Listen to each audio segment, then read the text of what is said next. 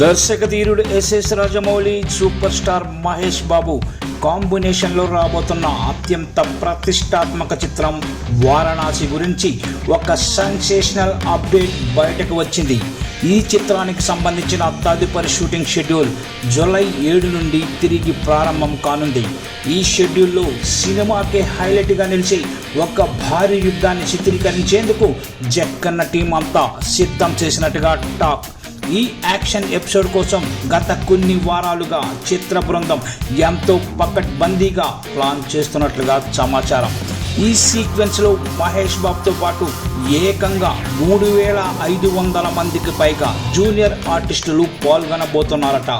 రాజమౌళి గత చిత్రాలైన బాహుబలి, RRRలలో యాక్షన్ సీన్లను సైతం మించిపోయేలా Indian screen పై ఇప్పటి వరకు చూడని రీతిలో ఈ వార్ సీక్వెన్స్ను డిజైన్ చేసినట్లు తెలుస్తోంది.